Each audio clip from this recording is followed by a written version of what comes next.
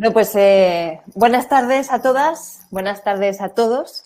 Disculpad este pequeño retraso de unos minutos, ya sabéis que la técnica, la tecnología, mejor dicho, siempre hace de las suyas cuando más se le necesita, pero fijaros, igual en lo que quizás sea un ejemplo de lo que puede ser este año que empezamos, en una muestra de resiliencia, de paciencia y de persistencia hemos conseguido vencer todos los problemas tecnológicos, que no han sido pocos.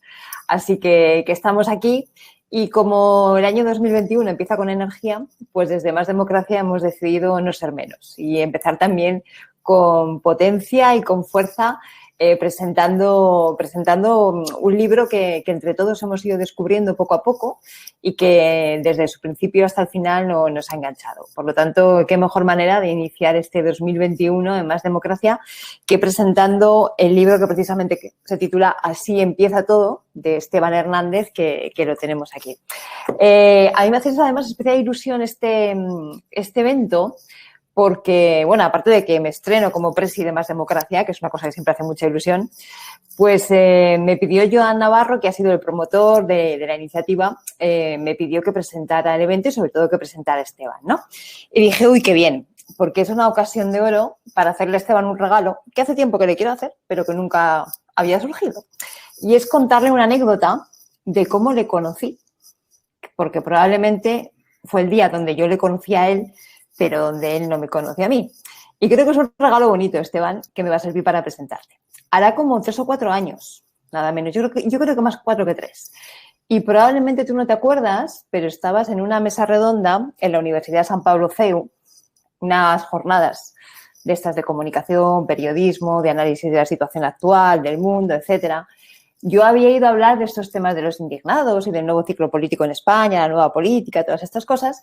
Y después había una mesa redonda donde había 4 periodistas. Estaba Esteban y había otros 3 periodistas más cuyo nombre, por supuesto, no diré. Total que, bueno, pues cada uno hicieron su intervención. La verdad es que Esteban Hernández estuvo especialmente brillante. Y cuando acabó, 2 alumnas, 2 estudiantes, ¿no?, de ahí de la facultad que estaban detrás mía, comentan entre ellas y le dice una a otra, ¡jo! Yo de mayor quiero ser como ese. Y entonces dije, Dios mío, qué cosa más bonita, ¿no? Que acabes de dar una charla en una mesa redonda o acabes de dar una conferencia y que de repente un estudiante te diga, yo quiero ser periodista, pero como ese, ¿no? Así que me pareció una anécdota estupenda, que creo que no te lo había contado nunca, creo no, seguro que no te lo había contado nunca porque me la guardaba para un momento interesante y que creo que te presenta muy bien, ¿no? La verdad es que Esteban Hernández es de esos periodistas que desearíamos que hubiera muchos, ¿no? Que cuando hablamos de la crisis del periodismo, de la crisis de los medios, de ese papel tan importante que han tenido y que tienen como mediador, ¿no?, como mediador social de lo público y de lo político, que muchas veces en estos momentos brilla por su ausencia.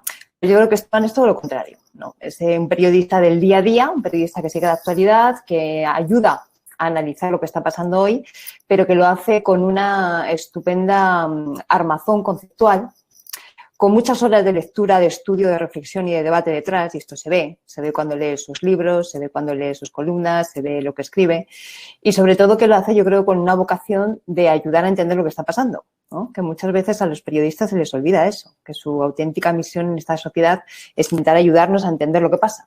Bueno, pues yo creo que en las columnas que podemos leerle ahora mismo a Esteban cuando escribe en El Confidencial, donde ahora mismo es director de opinión, o cuando leemos sus libros, notamos que hay una auténtica vocación de eso, ¿no?, de ejercer esa labor de mediación para ayudarnos a entender lo que está pasando en estos momentos en el mundo.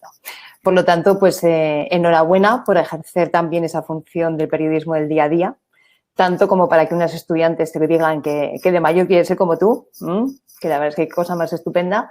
Enhorabuena, Esteban, también por el libro. Y yo diría que sin más, nos cuentes qué es lo que te llevó a plantear todo esto, qué es lo que te llevó o qué es lo que de alguna forma te motivó para plantear Aquí empieza todo o Así empieza todo. Y invito también a Joan Navarro a que te formule pues unas cuantas reflexiones, unas cuantas ideas para poder iniciar esta conversación. Creo que lo suyo es empezar por el autor, así que Esteban, cuando quieras. Muchísimas gracias, Cristina, por el regalo, ¿no? Muchas gracias por tu nombramiento como presidenta de Más Democracia. Dar las gracias a la institución, por supuesto, a Joan aquí, ¿no? Y por el apoyo que ha brindado al libro. Como decías, hay una intención expresa y es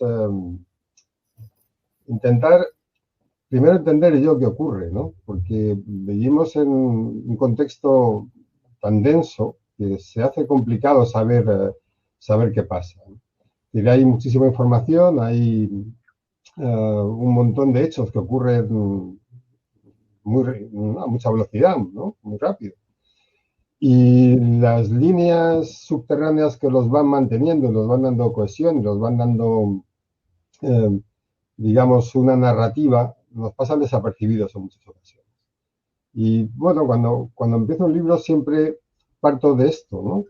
¿Qué hechos están ocurriendo que me gustaría comprender? Y fruto de esa investigación privada, pues acaba, ¿no?, configurándose un texto que es, en este caso, pues es así empieza todo. También es cierto que hay una vocación muy pragmática, ¿no?, en mis textos, ¿no? Habitualmente, y pasa mucho en la política, en la economía, ¿no?, partimos de ámbitos a los que nos gustaría llegar, hablamos de conceptos, de ideas, de ideales y tal. Y la realidad va por otro sitio, ¿no? Y muchas veces, eso, ¿no? El ideal político, por poner un ejemplo banal, ¿no? Pero el ideal político y la práctica política quedan confrontados, ¿no? Cada uno tiene sus lógicas, sus recorridos, sus caminos, ¿no? Y a mí me interesa mucho lo que pasa en realidad, ¿no? Y entiendo además que lo que pasa en realidad no puede desvincularse de aquello a lo que uno aspira. Al final las sociedades están conformadas por estas dos tendencias, ¿no? Y creo que tener una comprensión del mapa completo nos permite actuar, ¿no?, mejor en el escenario en el que vivimos y nos permite también empujarlo hacia aquello que nos gustaría que fuese, ¿no? Hay un ámbito de posibilidades relativamente marcadas según las épocas, pero también hay una posibilidad de empujar en cierta dirección para eso, ¿no?, conseguir sociedades mejores. Y bueno, creo que como buen racionalista, el hecho de entender lo que ocurre permite actuar con mucha más eficacia, ¿no?, y con mucho más sentido en la realidad. Y estas son las dos bases desde las que el libro se ha construido. Hay una serie de temas que tienen que ver, ¿no?, con experiencias históricas, porque en muchas ocasiones nos fijamos en datos, nos fijamos en las curvas, en el Excel, ¿no?, en los números. Y creo que para entender lo que pasa siempre es bueno encontrar analogías en otros momentos de nuestra existencia, ¿no?, que ya es dilatada, ¿no?, en este planeta, y saber lo que podemos aprender de ellos, ¿no?, para entender el presente, pero también para orientar el futuro. Y como además es una época en la que los conceptos han quedado bastante oscurecidos por los números, ¿no?, pues creo que es hora de reivindicarlos también, ¿no?, de hablar de ideas, de tendencias, ¿no?, y no simplemente limitarnos, ¿no?, a sumar unas cifras a otras. Bueno, pues con todos estos materiales ha sido como el libro nació, ¿no?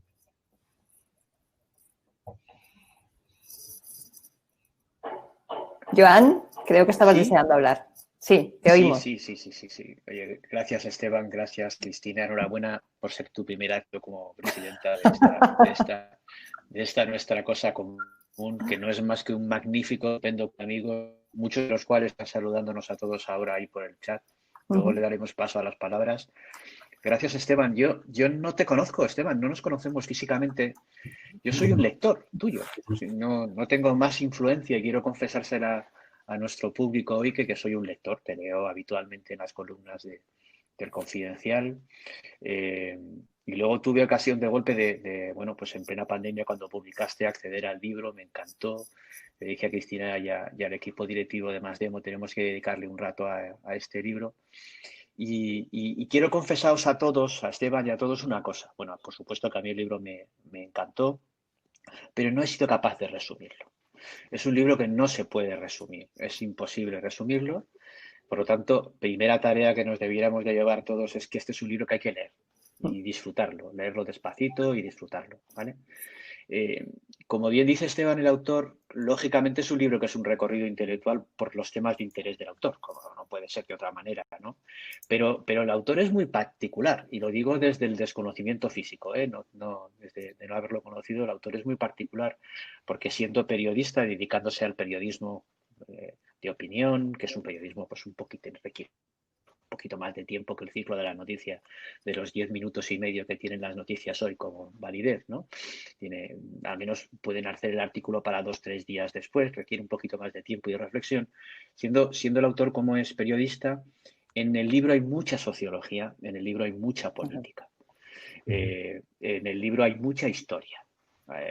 Los temas, luego introduzco algunos, pero los temas que toca Esteban, que tienen que ver con esta fase tan especial del capitalismo, del capitalismo ya ni siquiera financiero. Quisiera etiquetar la primera etiqueta del libro, ¿no? Si este capitalismo, y lo único que tiende es a la reproducción del capital. Es una frase que me ha encantado, ¿no?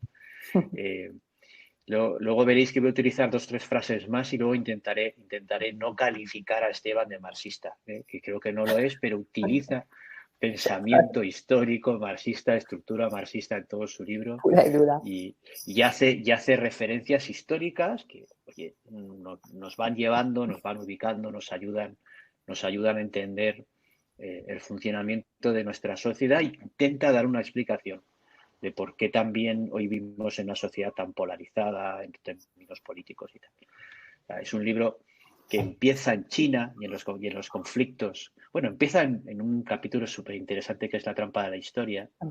Me reservo luego un comentario, y nos trae a la actualidad. Nos trae a intentar dar explicaciones basadas en la historia, en la sociología, en la economía y en el pensamiento crítico sobre los problemas de nuestra sociedad hoy.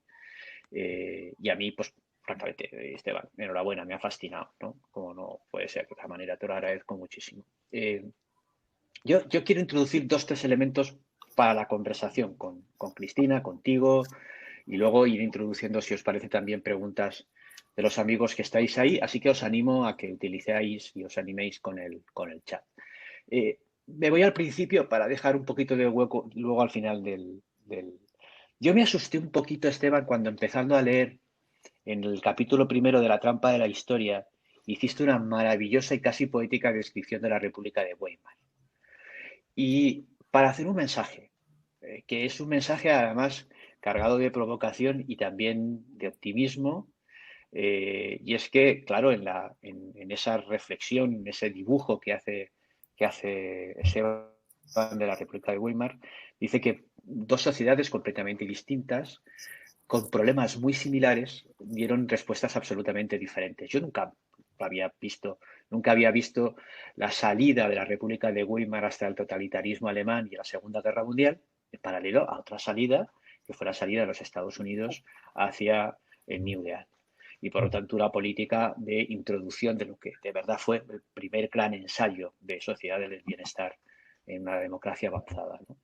Bueno, me asusté porque, claro, empezar el libro por ahí, uno ya le coge un cierto miedo al resto del libro y cómo nos vas a traer a la actualidad. Yo te dejaría una primera pregunta ahí, ¿no?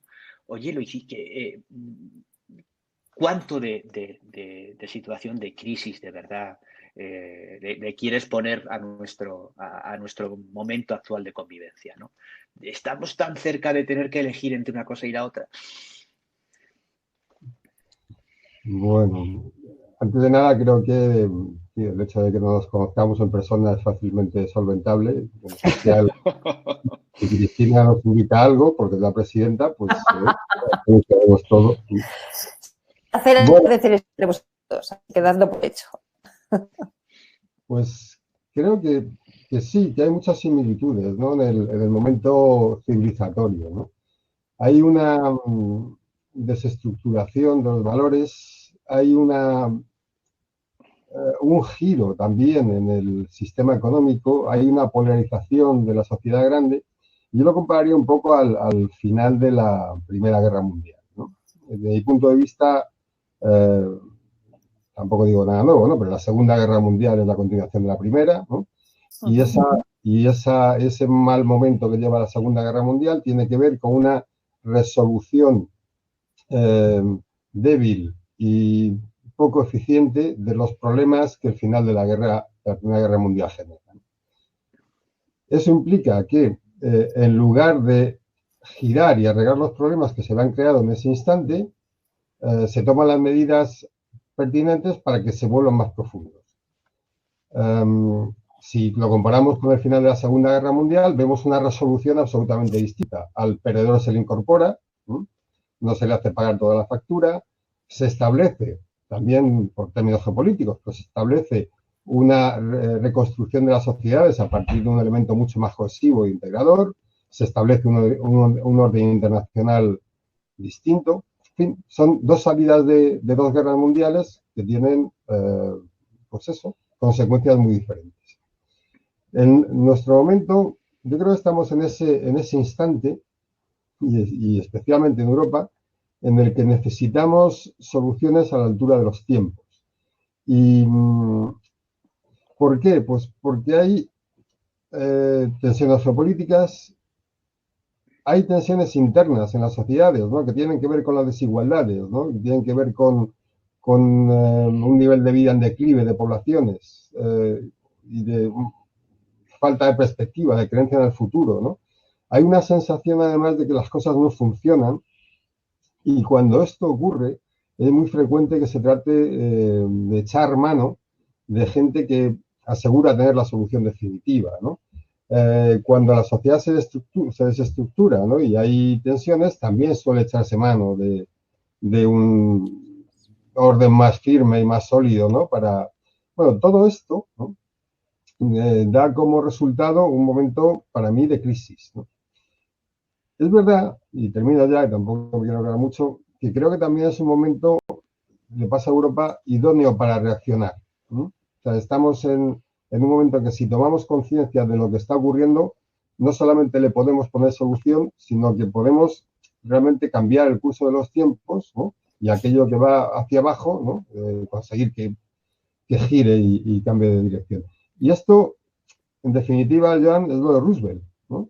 Es la toma de conciencia de un momento, la aplicación de las medidas correctas, lo cual permite que Estados Unidos llegue con plena capacidad productiva a la Segunda Guerra Mundial, que llegue con una sociedad más cohesionada y que además sea capaz de exportar ese modelo al final de la Segunda Guerra Mundial. Bueno, y eso también es un poco la finalidad del primer capítulo, ¿no?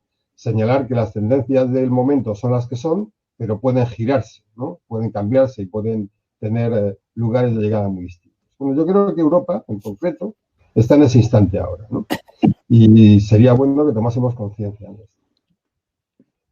Déjame hacerte una segunda pregunta de corte muy económico, empalmando, enlazando con lo que dices, ¿no? También haces un paralelismo muy interesante, más avanzado del libro, donde nos vienes a contar, hablas de los distintos enfoques de las últimas crisis económicas, sobre todo en Europa, dices, nos recuerdas de esa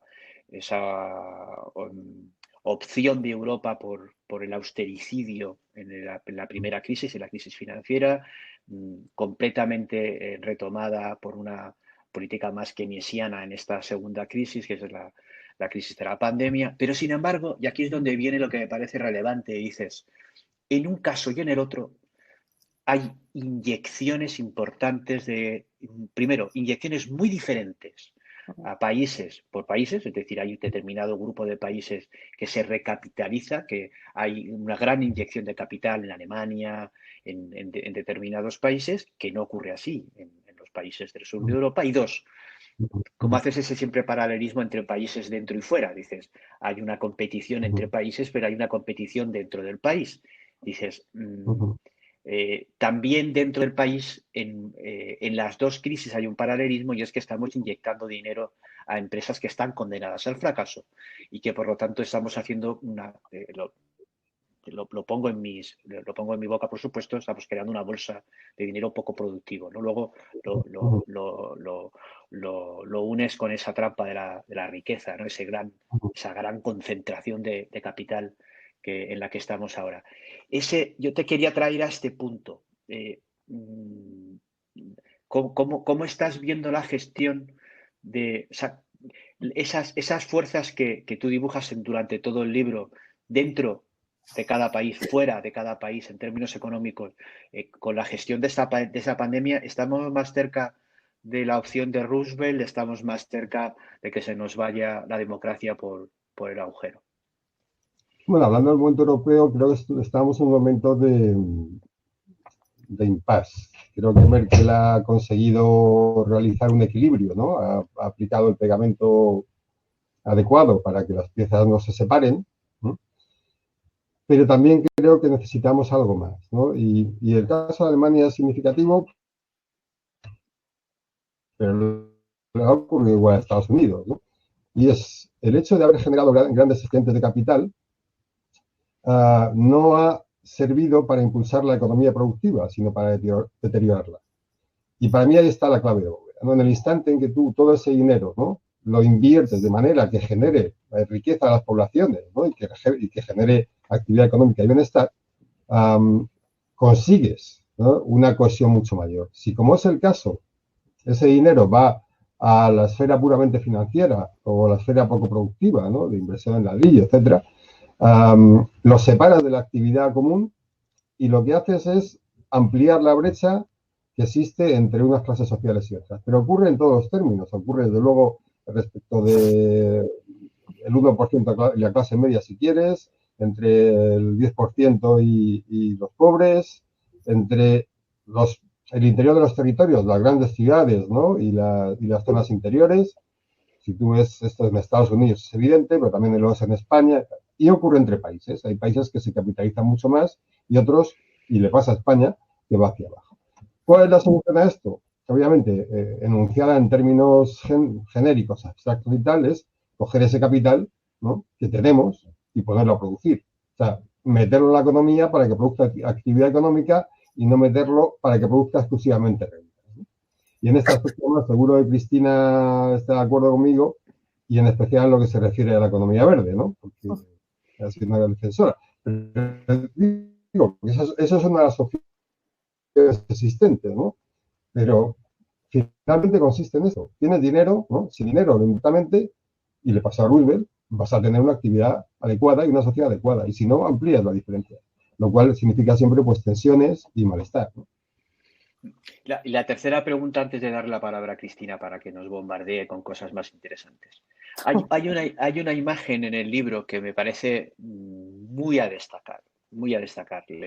Los frikis de la política y sobre todo los frikis de la sociología, que es lo peor ya de ser friki de la política, estamos últimamente muy obsesionados con esto del precariado y le vamos a poner nombres, le estamos poniendo nombres y etiquetas nuevas a lo que es la desigualdad, que ya, bueno, ya no es precisamente una novedad y al contrario, ¿no?, más bien.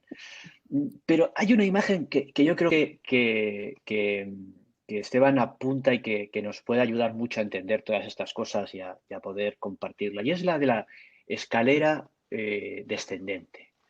Esteban dice, no es que la escalera social se haya parado, ¿no?, que ya no, por supuesto, yo creo que es muy obvio que tenemos un problema de escalera social. El pacto social está muy denunciado como un pacto social que ya no funciona para que las clases sociales y la clase media siga progresando, la idea del progreso. Pero no es esa la idea que Esteban propone en el libro. Una idea que me gusta, una imagen que me gusta mucho más, que es la de la escalera descendente. Y la escalera descendente es que vienen apretando los que bajan sobre los que están abajo todavía. Dice, la imagen que yo me he quedado es de la clase media, la clase o la élite nacional, la élite nacional de cada país, esa vieja imagen de la burguesía, hoy ya llevada a términos de directivos empresariales, bajando por la escalera social, apretando a las clases medias bajas, las clases medias bajas apretando a la clase trabajadora apretando a la clase baja de la sociedad, ¿no?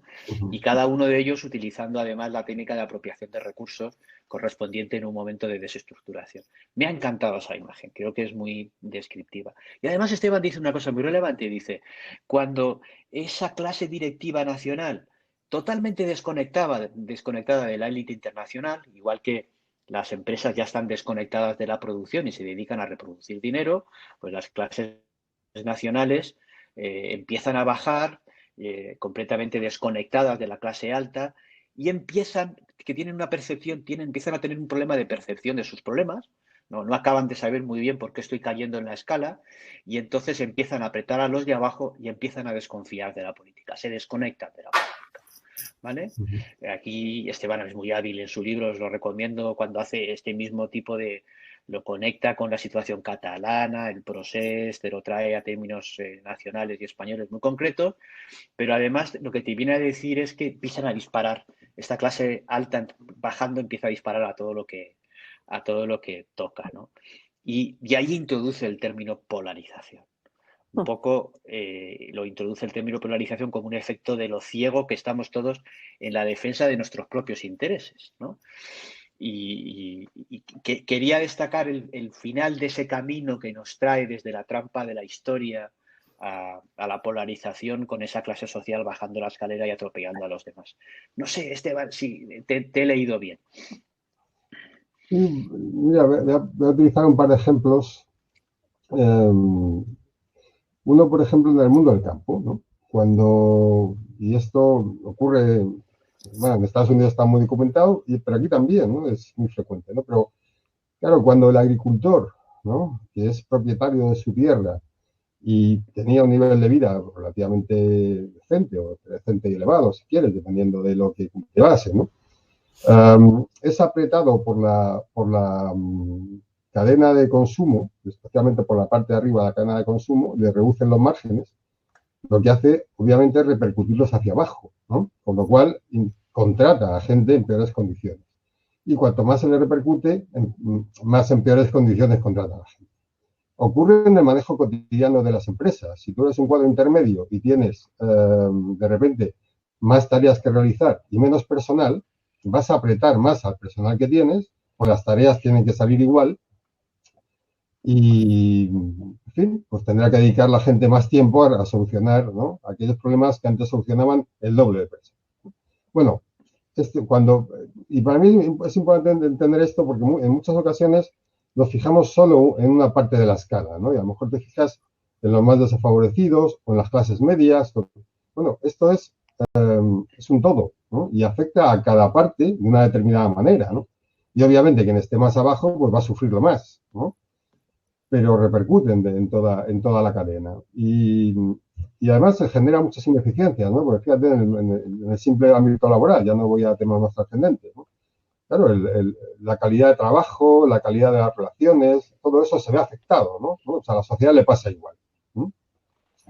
Y esto, insisto, ¿no? Creo que es necesario entender para hacernos un mapa en concreto de dónde estamos, ¿no?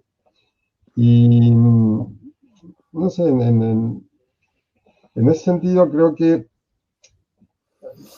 también ocurre, ¿no?, en el ejemplo que señalabas de las clases altas nacionales, ¿no?, que habitualmente están vinculadas a determinados ámbitos de poder territoriales, ¿no?, al Estado. Claro, cuando el mundo se convierte en global, ya tu anclaje no es esos puestos de poder en el gobierno nacional o esos puestos de poder en las empresas nacionales, porque a su vez las empresas nacionales se convierten en internacionales, son compradas, son, ¿no?, participadas. Bueno, entonces eso divide todavía más las posibilidades del recorrido, ¿no?, de estos hijos de las élites nacionales. Porque quienes tienen opciones de verdad salen a estudiar fuera, tienen un recorrido internacional, tienen unas conexiones globales y entran en esa conexión global. Quien se queda en el ámbito nacional necesariamente baja en su nivel de vida. Y cuando eso ocurre, tiende a culpabilizar, ¿no?, a su propio entorno. Puede ser al gobierno, puede ser a los trabajadores, a las clases medias, da igual, ¿no? La cuestión es que tienen que encontrar una explicación para aquello que le ocurre, y aquello que le ocurre tiende a verlo con ojos del pasado, ¿no? Entonces ve dónde estaba, ¿no? Ve dónde está, ve lo que ha cambiado y existe la tentación de regresar a ese mundo que se ha ido. Y buena parte de Vox puede explicarse por esto, ¿no?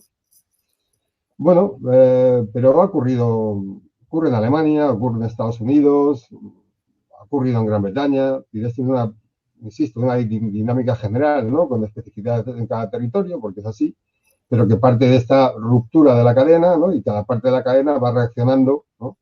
hacia el resto, en lugar de entender, ¿no? Que en algunos casos los intereses son comunes y que tienen un arreglo común, ¿no? Y esto es ya. ¿Puedo? Muy gráfico, claro que sí.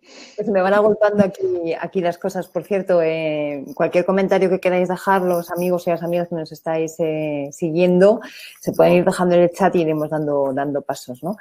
Es que esa imagen tan poderosa que describía muy bien ahora Joan, del penúltimo contra el último, ¿no? Eso explica muchas cosas de las que está pasando ahora. Y bueno, tú ahora, Esteban, hacías alusión a que buena parte del fenómeno Vox se puede explicar por ahí, probablemente también buena parte de lo que se está viviendo en Estados Unidos, no todo, pero buena parte tenga que ver con eso.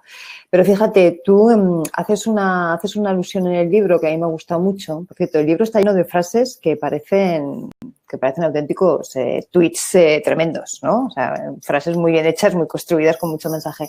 Una de ellas es que, hablando de todo esto, dices, leo textualmente, porque me lo tenía ahí señalado, ¿no? Dices, el aspecto esencial de la legitimidad occidental era la comunión de los ciudadanos con sus valores, ¿no? Y lo dices tras describir esa escalera descendente de la que Joan hablaba ahora. Entonces, cuando esos valores de cohesión social, de protección, ¿no? Hemos hablado de la idea de protección y de seguridad, que también se trata mucho en el libro y creo que son aspectos claves ahora mismo, pero cuando toda esa idea de cohesión social, de protección, de solidaridad, de apoyo mutuo, cuando todo eso se desvanece y sale rodando por esa escalera, ¿qué pasa con esta comunión de valores que era lo que fundaba la legitimidad occidental? ¿Qué ocurre con todo eso? Se destruye. En el instante en que la gente entiende que está sola, ¿no? Es mucho más complicado que tenga una relación de solidaridad, ¿no? con el resto de la sociedad, ¿no? Y con el resto de la gente. Y esto, además, en situaciones de necesidad se percibe de una manera muy clara, ¿no? Cuando a la gente le va bien, en general, es más sencillo, ¿no? Que te preocupes por los demás, ¿no? Cuando tú estás en una situación muy mala, trata de subsistir, ¿no? Con lo cual, la subsistencia es lo primero, ¿no? Bueno, esto socialmente también se da, ¿no? Y creo que, desde luego, esto es parte del problema, de esta situación en la que vivimos en un mundo que entendemos de pura competencia, ¿no?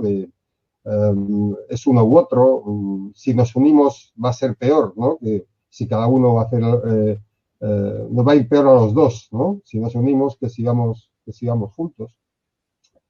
Bueno, y esto también tiene que ver con ese aspecto, digamos, de confianza en el sistema, de legitimidad, de confianza en los valores, ¿no? Porque uno piensa, por ejemplo, en el hecho de por qué no penetró el mundo del comunismo soviético en Europa, ¿no? Y algo estaba, en teoría, ¿no? Podía dar más seguridad, ¿no? Y podía dar más una sociedad más justa, ¿no? Pero claro, nosotros también creíamos en el sistema, ¿por qué? Pues porque veíamos que había una serie de valores, ¿no? Y había también una cierta superioridad en el nivel de vida respecto del mundo soviético. Decía, bueno, no solamente el nivel material, ¿no? Es mejor, sino que además el nivel de libertad es mejor, ¿no? Y eso hacía muy difícil que la penetración del comunismo soviético en la Europa occidental fuese excesivamente fuerte, ¿no? Porque había una sociedad más o menos articulada a partir de la defensa de sus valores, ¿no?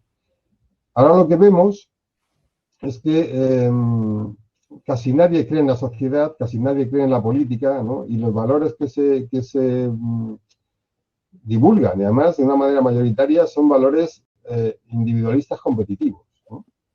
Bueno, es muy complicado hacer sociedades así, ¿no? que es muy complicado que una sociedad pueda tejer algo común, ¿no? Si los valores dominantes, es decir, los valores que realmente te van a servir, ¿no?, en tu vida, son los vinculados con la competencia, con el éxito, con el triunfo, ¿no?, con el ganador se lo lleva todo, etcétera, etcétera. Bueno, yo creo que la crisis, por eso digo que la crisis es tanto económica, que lo es, ¿no? Y hay unas causas económicas profundas, como esa dificultad de articular sociedad, ¿no?, a partir de unos valores comunes. Y es curioso porque en eso Europa, digamos que ha sido, bueno, pues ha sido una referencia, ¿no? O sea, yo ahora mismo veo mucho más cohesionada, a pesar de todo, y a pesar del sistema político que tiene la sociedad china, ¿no?, en torno a sus, ¿no?, que a la nuestra, ¿no? Y debería ser, claro, lo pensamos en términos occidentales, bueno, si nosotros somos más libres, tenemos más opciones, ya, pero nos va peor, ¿no? Y además no tenemos confianza en el futuro y además tampoco nos creemos a nuestros conciudadanos, ¿no? Tendemos a tener lazos más hostiles que amistosos en general, ¿no?, con la sociedad. Bueno, pues es producto del momento, ¿no?, histórico en el que vivimos también. El otro día escribía Ángel Munarriz en Infolibro un artículo estupendo sobre esto del declive de las democracias al hilo de todo el tema del Capitolio, y él decía, las democracias no mueren, se descohesionan. Bueno, pues efectivamente yo creo que las cosas van por ahí, ¿no? Bueno, Fíjate que yo, coincidiendo con lo que dices, me entran dudas también, porque dices, efectivamente, cada vez tenemos menos sociedad, porque cada vez creemos menos en la sociedad. Pero cuando nos llega un bofetón tremendo, cuando nos llega una pandemia, giramos la cabeza hacia lo público y le decimos al Estado, ¿qué haces por mí? ¿No? ¿Qué me vas a hacer? ¿Cómo me vas a ayudar? Y mientras el Estado está que se lo piensa, que no se lo piensa, y lo público está ya haciendo ver, giramos la cabeza hacia otro lado, a la ciencia. Y le decimos a la ciencia, oye, ¿qué es esto? Explícanos cómo es este bicho, cómo funciona, qué pasa con la vacuna. Y tanto el Estado, lo público, como la ciencia, hace 4 días, eran ámbitos absolutamente denostados. ¿No? Entonces, ¿no será que todo eso está cambiando también muy rápido? Yo añadiría 2 cosas, ¿no? Una, que en ese momento de necesidad, y lo estamos viendo en la crisis sanitaria, ¿no?, y en la económica, efectivamente lo primero que hacemos es mirar hacia las instituciones, ¿no?, y de alguna manera pedirles que cumplan su función, ¿no? Y este es el punto nodal, ¿no? Si en ese instante las instituciones reaccionan de manera correcta, ¿no?, y solventan dentro de lo posible una mala situación, la confianza se restaura. Cuando no es así, la confianza tiende a hacerse ya sistémica. Ya no es el hecho de que desconfíes del gobernante en concreto, ¿no?, que puede ser sustituido, sino que adquieres la sensación de que las cosas no funcionan. Y yo te pongo el ejemplo de Madrid en la Nevada, ¿no? La gente se ha vuelto hacia sus vecinos para poder abrir las calles, ¿no?, y poder caminar, porque sabía, o llegó el instante en que eran conscientes de que ya no iba a haber una solución pública con la urgencia requerida, ¿no? Bueno, eso que tiene algo de positivo, nos apoyamos en nosotros, tiene algo de negativo respecto a lo institucional, ¿no? Porque genera una sensación de ineficiencia, de incapacidad y tal. Insisto, se difunde, termina difundiéndose cuando es repetida al sistema mismo, ¿no? Si nosotros somos capaces, y no lo estamos siendo, ¿no?, de dar una respuesta a la pandemia en los límites de lo posible, ¿no?, pero una respuesta relativamente eficaz, bueno, pues entonces la confianza en la ciencia se restaurará, ¿no?, incluso la confianza institucional. Si esto ya se ha prolongado, o sea, comparativamente hablando, ¿no?, si vamos, por ejemplo, al caso de Asia, no solamente de China, ¿no?, sino de Asia, vemos que en Europa se ha prolongado mucho más de lo debido, ¿no?, y en Estados Unidos no te cuento. Bueno, todavía estamos a tiempo, ¿no? Si realmente esto tiene una solución en un plazo relativamente breve, pero como se prolongue, aumentará esa desconfianza respecto al sistema, ¿no? Yo, como tú, Cristina, no creo que las cosas sean de una determinada manera, ¿no?, sino que en función de las acciones y las reacciones, ¿no?, pues se va conformando un clima y ese al final es el que perdura. Sí, lo que pasa es que, fíjate, a mí me llama la atención que llevamos meses viendo encuestas que nos hablan de la desconfianza ciudadana en las instituciones, sobre todo, bueno, en este momento de gestión de la pandemia, ¿no? Donde todos efectivamente pensábamos que había una oportunidad de recuperar la confianza perdida. Y justo pensaba en esto a raíz de lo de la Nevada de Madrid, ¿no? Cuando el otro día unos amigos me decían, como no había forma de que limpiaran las calles, nos hemos juntado los vecinos, hemos contratado a una gente que ha venido a quitar el hielo con palas, con no sé qué, porque no había forma, ¿no? Y los hemos contratado y los hemos pagado entre los vecinos y ya está, ¿no? Y porque el ayuntamiento no nos daba respuesta. Entonces yo decía, pese a que llevamos meses viendo indicadores de desconfianza institucional, cuando llega la gran nevada a Madrid y todo fuera de juego, volvemos a mirar las instituciones, ¿no? Hay un pozo aquí, ¿eh? Hay un pozo curioso. Pero fíjate que esos momentos de deterioro son acumulativos, ¿no? Y piensa, por ejemplo, en el caso de Aznar, ¿no? Cuando estaba en el gobierno y llega la guerra de Irak y hay una explosión en la calle, etcétera, ¿no? Las manifestaciones. No le afectó electoralmente. Llega el Prestige, ¿no? Con un manejo lamentable de todo aquello y no le afecta electoralmente. Pero llega el 11M, llega la mentira y entonces cae, ¿no? ¿Por qué? Porque ya en ese momento se condensa todo el malestar, ¿no? Y ya explota, ¿no? Ya el vaso se rebasa y termina con todo, con una situación que, en circunstancias normales, pues te apuntaba que iba a ganar, ¿no? Pero ya el hartazgo, ¿no? ciudadano fue tanto que tuvo que salir del gobierno. Bueno, creo que en las sociedades pasa esto también. Los signos se van manifestando, van generando un mayor cabreo con políticos en concreto, en general con los otros, ¿no? Si tú eres de un entorno, pues te molesta mucho lo que hacen los otros, o ya te molesta muchísimo, ¿no? Pero llega un momento en que ese malestar ya no se desplaza solo hacia el político en concreto, sino se va desplazando hacia el sistema. Y esto explica a Trump también. O sea, Trump, cuando llega al poder, lo hace como un jugador nuevo, lo hace como un jugador anti-establishment, lo hace como un jugador anti-establishment republicano. Yo no soy como esto, yo soy mejor, soy un hombre de éxito, sé cómo manejar las situaciones, soy un empresario, sé cómo hacer América grande, por eso mis empresas grandes. Y es un perfil completamente anti-institucional, completamente, ¿no? Y ganó las elecciones en su momento, ¿no? Bueno, a lo que me refiero es a eso, ¿no? Que todo esto es acumulativo y llega un instante en que toma direcciones sucesivamente distintas hasta que dan lugar a algo muy distinto. Y la República de Weimar fue también esto, ¿no? O sea, que van cambiando las cosas un poco, hasta que cambian ya y cambian radicalmente, ¿no? Y como los procesos son largos, ¿no? Y habitualmente solemos jugar en el espacio de las 24 o 48 horas, pues es bueno advertirlo, ¿no? Que la suma de unas cosas y otras, al cabo de 5 años, puede dar lugar a algo muy distinto de lo que tenemos ahora. Oye, tenemos intervenciones aquí de los compañeros. No sé, Joan, si querías comentar tú algo o si podemos... No, si quieres pasamos alguna de las preguntas primero y luego seguimos charlando. Nuestra amiga Inma Ranera ha hecho la primera pregunta y hacía referencia cuando comentábamos lo de la escalera descendente y nos dice la escalera descendente y ese despegue de los valores que está siendo demasiado bien aprovechado por determinadas opciones políticas. ¿Cuál es, en tu opinión, Esteban, el objetivo último de dichas opciones políticas? Pues no lo sé. Pregunta difícil, ¿eh? Pido de las tuyas. Lo que pasa es verdad, ¿no? Que hay yo creo que en el fondo hay una necesidad de, por decirlo en términos brexiters, ¿no? De controlar un poco el propio destino, ¿sabes? Y creo que las opciones fuertes te ofrecen algo de eso, ¿no? O sea, te ofrecen no solamente un elemento, digamos, de identificación, ¿no? De identidad poderosa. Somos un gran país y nos merecemos algo mejor que esto y tal y cual, ¿no? Sino que también prometen poner un poco de orden en el caos. Bueno, pues esa es una opción que puede tener recorrido en el futuro, ¿no? Quizá no en la expresión concreta, ¿no? de estos instantes, ¿no? Pero como mensaje de fondo, ¿no? Como sustrato sociológico, ¿no? Puede tener fuerza en el futuro si las cosas no van mejor. En concreto, si uno mira, por ejemplo, ¿no?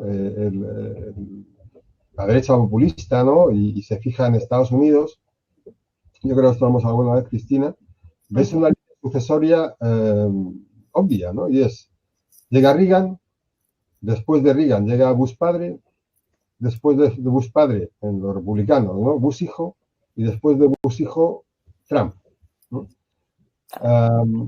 Una profundización, ¿no? En opciones más duras que se ha desarrollado sistemáticamente en las últimas décadas. Si lo miras del lado demócrata, no ha ocurrido eso, ¿no? De hecho, pues eso, hemos tenido a gobernantes demócratas, pero relativamente o bastante moderados, ¿no? Como Clinton, Obama y ahora Biden, ¿no? Bueno,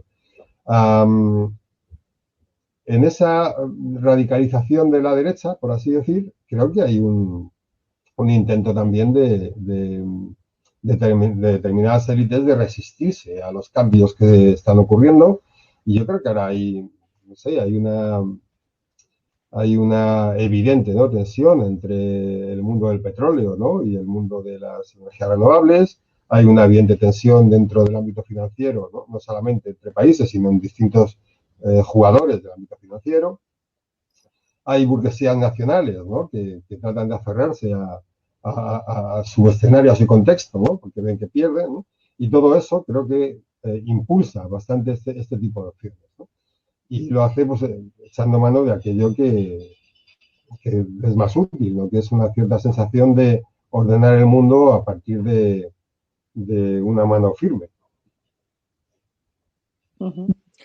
Introducimos, Cristina, si quieres, hay dos preguntas de corte económico, se las pasamos y luego continuamos con la conversación. Luis Mateo nos preguntaba, a la colación del punto en el que estábamos antes hablando sobre las opciones de la Unión Europea con respecto a la salida de las dos crisis, cómo conjugar algunos de los objetivos de Next Generation, del programa de la Unión Europea, evitando la excesiva incidencia en actividades no estrictamente productivas, al hilo de tu intervención de la acumulación de capital en actividades más reproductivas y menos productivas. Te pregunta una idea al respecto. ¿Cómo le recomendaríamos al gobierno? Mira, hay dos planos, ¿no?, para mí. Uno tiene que ver con la digitalización y la economía verde, ¿no? En ambos ámbitos, bueno, en el ámbito digital Europa está muy atrasada, ¿no? Y ya no puede estar pensando ni siquiera en términos de 5G o 6G porque ya le tienen ganada la partida, ¿no? Por así decir, tendría que estar pensando en la innovación del 7G, ¿no? O sea, tendríamos que poner en marcha las estructuras, ¿no?, que nos permitieran dentro de unos años poder tener un peso fuerte en ese sentido, al mismo tiempo que, digamos, te proteges en cierta medida de los gigantes tecnológicos chinos estadounidenses como Facebook, ¿no?, o Huawei, en fin, ¿no? Vamos a ser una economía de datos, bien, pues tendremos que ver qué pintamos los europeos en los datos. En el ámbito verde, pues hay mucho que construir, ¿no? Y ese mucho que construir tendría que ver también, ¿no?, o sea, no solamente con elementos coyunturales, sino con elementos más de medio plazo. Junto con eso, y si queréis pasamos al ámbito específicamente español, pero claro, en España, por ejemplo, tiene poca industria, ¿no?, pero hay cosas que puede hacer y que puede hacer simplemente a partir de la aplicación de cierta inteligencia económica que todos los países europeos tienen y nosotros no. Hay cadenas de valor, ¿no?, que se pueden reorganizar de otro modo, ¿no? Hay empresas tecnológicas que están haciendo las cosas relativamente bien, pero que no tienen capital o no tienen recorrido. Nosotros tenemos un elemento turístico que es importante, no podemos dejarlo de lado, ¿vale? Y así sucesivamente, siempre hay cosas que hacer en muchas áreas. Bien. En España es evidente, ¿no?, pero en Europa también. O sea, Europa finalmente ha tenido mucha pequeña y mediana empresa, ¿no?, que creo que debería desarrollarse, porque también es un pilar firme de la sociedad, ¿no? Y creo que en ese sentido una cierto regreso productivo, ¿no?, también, ¿no?, un cierto regreso a la producción en Europa sería conveniente. Pero insisto, Europa en sí misma, o sea, tiene mucha potencialidad, en muchos casos le falta dinero. O sea, el dinero que tiene no lo ha puesto a desarrollar lo que tiene, sino que ha preferido que se lo desarrollen los demás, ¿no? Y se puede hacer el mapa rápido, ¿no? Europa vende los productos chinos, ¿no? O sea, los consumidores consumen los productos chinos, fabricados en China, la tecnología estadounidense, ¿vale? Con lo cual, entendiendo que estos son los dos principales elementos de consumo, ¿no? La tecnología y los productos baratos, ¿qué hacemos en Europa? O sea, ¿cuál es el espacio que ocupamos? Dice, bueno, es que Alemania tiene industria relativamente, ¿no?, de alta cualificación y tal, sí, pero cada vez menos. O sea, quiero decir, cada vez va a poder competir menos, ni siquiera en ese terreno, ¿no? Con lo cual, por así decir, estamos regalando un mercado de cientos de millones de consumidores de alto poder adquisitivo, ¿no? Y se lo regalamos a China, Estados Unidos. Bueno, pues tampoco tiene mucho sentido, ¿no?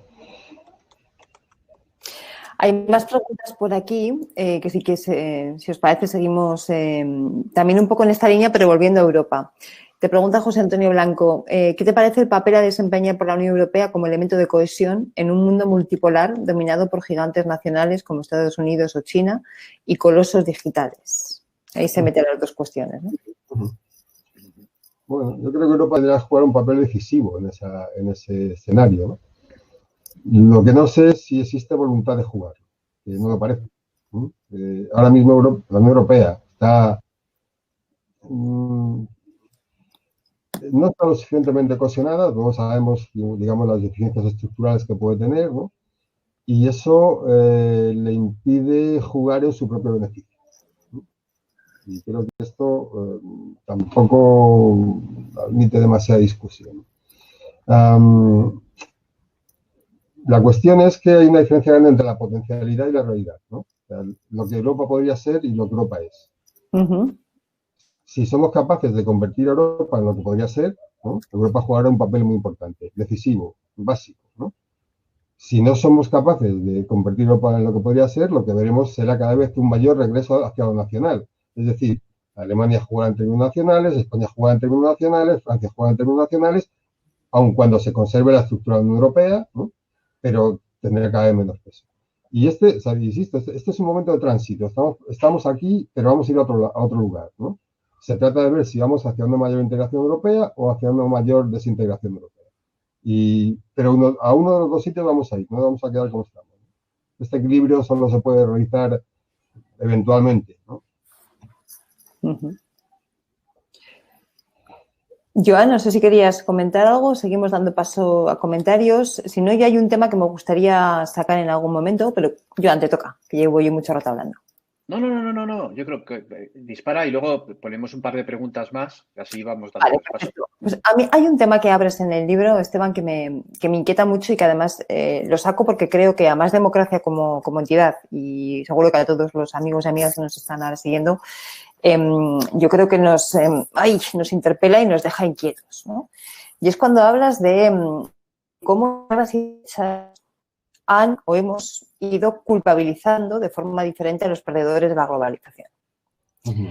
Es un tema que cuando te lo leí me recorrió un escalofrío por toda la espalda, tengo que decirlo, ¿no?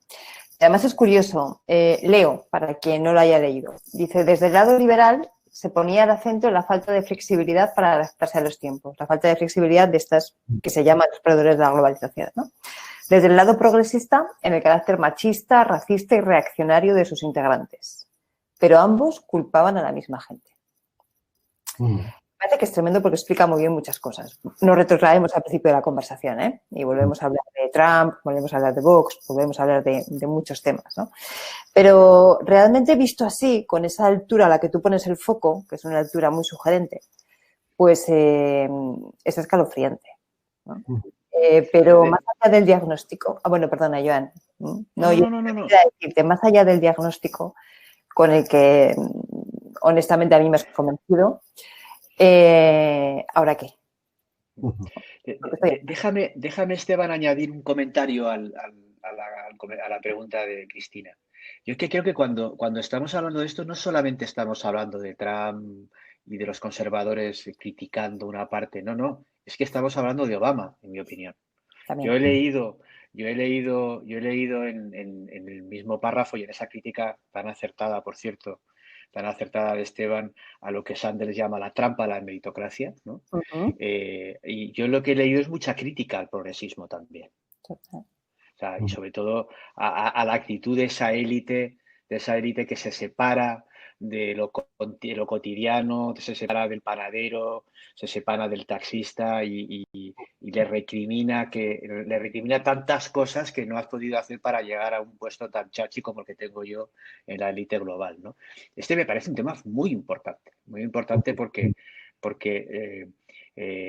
no solo probablemente si probablemente Trump sea la excepción, probablemente Trump no le reproche nada a nadie, probablemente Trump sí que esté acertando a decirle a sus simpatizantes, chicos, nos han dado tantas morcillas a todos que yo estoy de vuestro lado.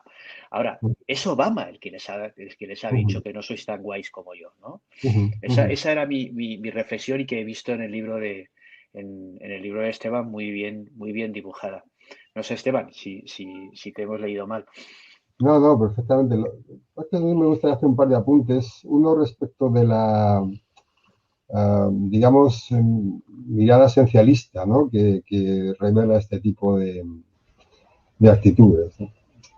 Desde luego hay un elemento justificativo de la propia posición, ¿no? Si yo soy rico, tú eres pobre, claro, porque yo soy listo y tú, en fin, pues no te has esforzado, no tienes la capacidad, pues lógicamente, ¿no? Por eso yo soy muy rico y tú muy pobre. Bueno, pues está ese elemento justificativo que, digamos que también es un elemento desculpabilizador, ¿no? Es un cuento que te cuentas para, ¿no?, entender mejor el mundo de manera que te sea más favorable. Pero, insisto, hay una mirada esencialista respecto de lo que es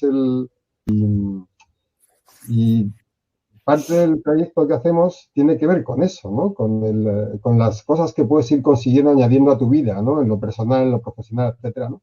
De tal manera que muchas veces partes de un lugar y llegas a otro, ¿no? Este tipo de visiones no, o sea, te encajonan en un sitio determinado y ahí te quedas, ahí te posicionas y ese es tu destino, porque al fin y al cabo, insisto, ¿no?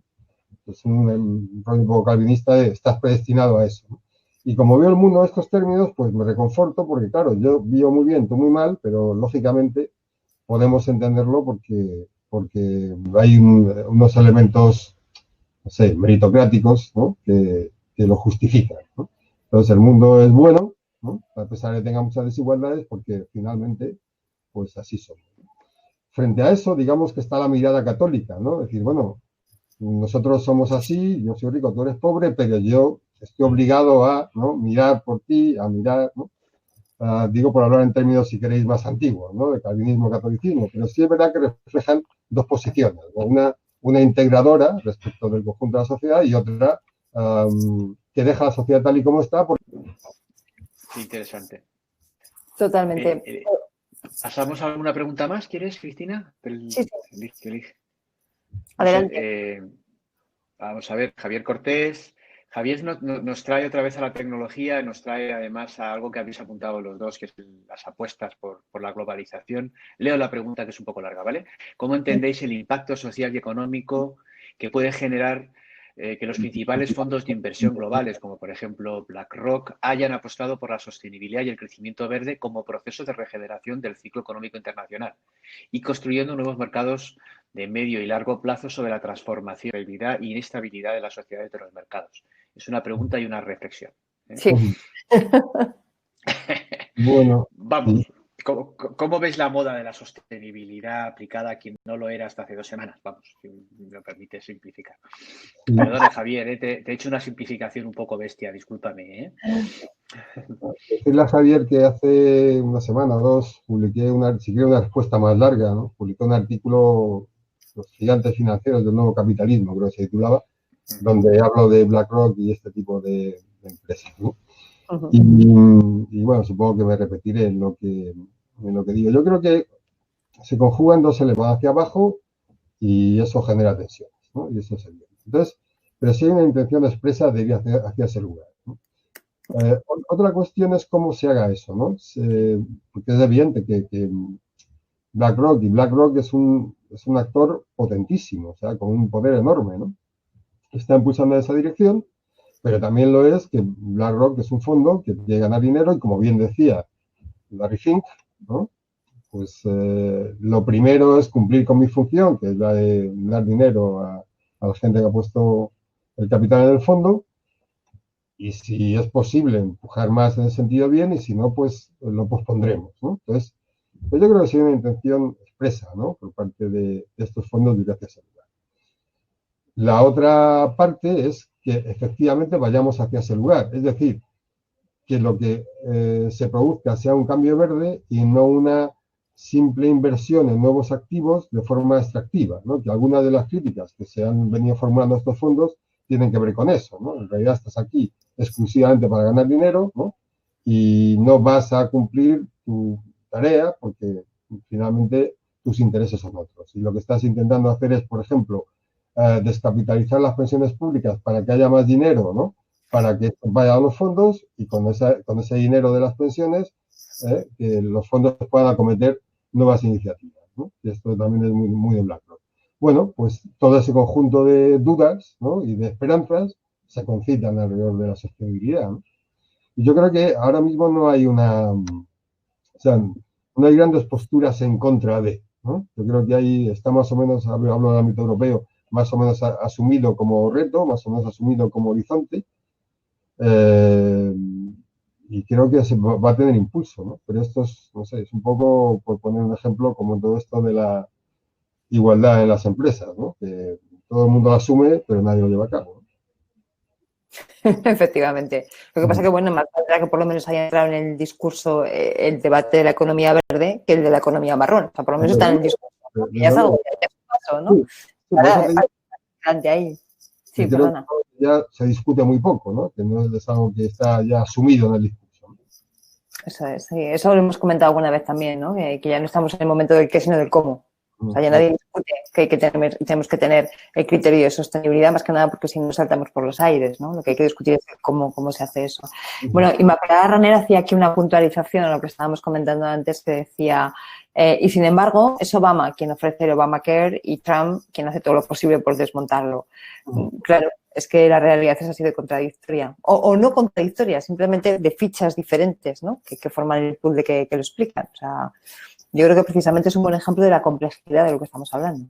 Sí, pero fíjate una cosa que fue algo también que perjudicó bastante a los demócratas en las elecciones del primer Trump, ¿no?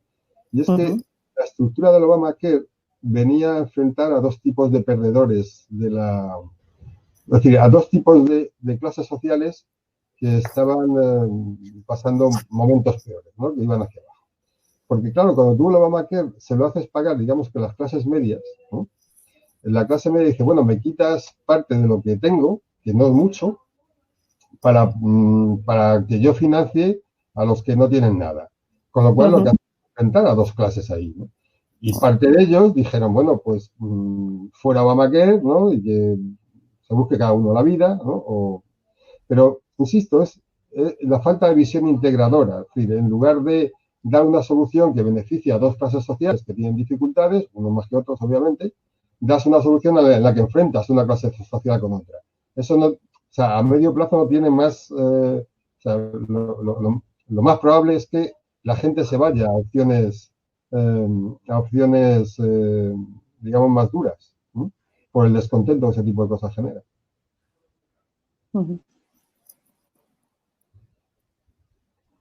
Joan, no te oímos. Cristina, no, estamos ya casi en tiempo. Yo creo que Cristina y Esteban dedicáis los últimos 2-3 minutitos y intentemos ser, sabéis que además mantener la atención durante tanto rato en un webinar es complicado. Aún así hemos tenido puntas de 80 personas, ahora 83. Ya 83 personas, ahora estamos ya 59 amigos siguiéndonos. A partir del 53 ya va indicando que es el momento de ir a cenar, ¿no? Entonces, no sé, dediquemos los últimos minutos, Cristina y Esteban, y os escuchamos encantados. ¿Y tú no quieres decir nada, Joan? Yo que estoy encantado, que me voy a volver a leer el libro, otra vez y lo voy a volver a resumir, Esteban, que ya, como te lo leo en el iPad, luego me guardo las anotaciones y eso del 10% no me cabe. O sea, tengo muchas anotaciones ahí para trabajar. Bueno, pues entonces yo en un minutito solamente. Uno, gracias, Joan, por haber instigado esta conversación, ¿no? Yo la verdad es que estaría aquí toda la noche, pero es verdad que hay que respetar los tiempos. Seguiremos. Y Esteban, por terminar, solamente una reflexión. Me gustaría que nos contaras algo de esa defensa que haces tan bonita y que sabes que compartimos del mundo de las ideas, ¿no? Las ideas que eran algo que se habían quedado para una cosa de románticos, ¿no? En la última copa de las 3 de la mañana, y de repente tú las traes al libro y las traes con una soberbia intelectual tremenda, ¿no? Soberbia no en el sentido de altivez, sino de una forma muy buena de traerlas, ¿no? Acabas diciendo, las ideas son armas cuya utilización depende de quienes las empuñen y los propósitos que alberguen. ¿Recuperaremos el valor de las ideas para salir de todo esto que tenemos encima? Sí, sí. Yo creo que es el momento idóneo, además, porque los momentos de cambio sistémico, ¿no? Es cuando mejor, o sea, cuando más cabida tiene, ¿no? El hecho de configurar modos de pensamiento, de los valores, ¿no? Aquello compartido que puede dar lugar a un mundo mejor. Yo creo que los momentos de cambio siempre se han apoyado en las ideas, ¿no? A veces para bien y otras veces para mal, ¿no? Uno, por volver al inicio de la conversación, ¿no? Si uno ve la enorme pujanza de las ideas en la República de Weimar, ¿no? Y donde terminaron, ¿no? En fin, pues tiene que reconocer que las ideas tienen su peso, ¿no? Pero exactamente ocurre igual con Roosevelt, ¿no? Roosevelt no es posible sin un ámbito ideológico, ¿no? Que se fragua con el populismo estadounidense del final del XIX y que va tomando forma hasta congregarse ¿no? en una posición política concreta, ¿no? En el 32-33. Y si vemos la Revolución Soviética, pues ocurrió exactamente igual, ¿no? Bueno, pues en los momentos de crisis las ideas son las que dominan. Y bueno, yo como, insisto, ¿no? Pues vengo del mundo de la ilustración, ¿no? Un poco matizada por Marx, ¿no? Por Spinoza, por Maquiavelo, ¿no? Todos estos. Entiendo, ¿no? Que es el momento también, ¿no? De poner en juego las ideas porque van a ser lo que nos conduzca hacia el futuro, de un modo u otro. Y este es el instante, ¿no? Hay momentos de cambio, de ruptura y las ideas están ahí y configuran lo que vendrá. Venga, Joan, ciérranos tú. Pues nada, nada, al contrario, oye, Esteban, un lujo, como no, vamos, no podía ser otra más grande. No te que esperamos el próximo libro, tómate con calma el siguiente libro y que tengo que estudiar todavía bien el primero. Oye, muchísimas gracias a todos por los que habéis estado ahí aportando preguntas. Se las vamos a pasar luego a Esteban todas con vuestros correos electrónicos, por si le apetece contestaros a alguno. Han sido 5 o 6 que no hemos podido pasar. Oye, Cristina, qué lujazo, ¿no? De grupo de amigos que podamos hacer estas lecturas con esta capacidad y gracias a la tecnología que nos permite estar sin el riesgo del hielo en casa tranquilamente viéndonos aquí. Esteban, muchísimas gracias. Te vamos a invitar a muchas más cosas y oye, gracias a todos y gracias a los amigos que han estado haciendo posible que la tecnología funcione, que siempre es un apoyo también teneros ahí a todos.